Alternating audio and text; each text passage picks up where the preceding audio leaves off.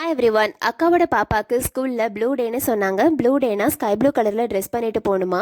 நாங்கள் படிக்கிறப்போ இப்படி எதுவுமே இல்லை. ஆனால் இப்போ டெய்லியும் ஒரு டே சொல்கிறாங்க. ஸோ அவளுக்காக ஸ்கை ப்ளூ கலரில் ட்ரெஸ் வாங்கிட்டு அப்படியேவும் வீட்டில் எந்த ஒரு க்ராசரி ஐட்டம்ஸுமே இல்லாமல் இருந்துச்சு. கொஞ்சம் க்ராசரி ஐட்டம்ஸும் வாங்கிட்டு வர வழியில் இந்த தென்னை கொஞ்சம் வளர்ந்துருந்தது.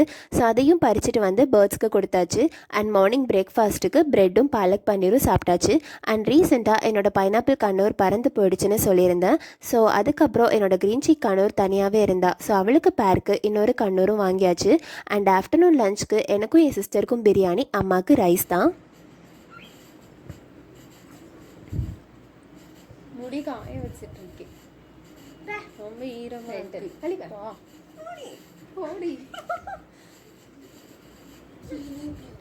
அக்காவோட பாப்பாவுக்கு வாங்கியிருந்த கவுனை கொரியர் பண்ணுறதுக்காக தான் ரெடி ஆகிட்டு இருந்தோம். மிரருக்காக இப்படி மாற்றி மாற்றி சண்டை போட்டு ரெடி ஆகிட்டு கிளம்பிட்டோம்.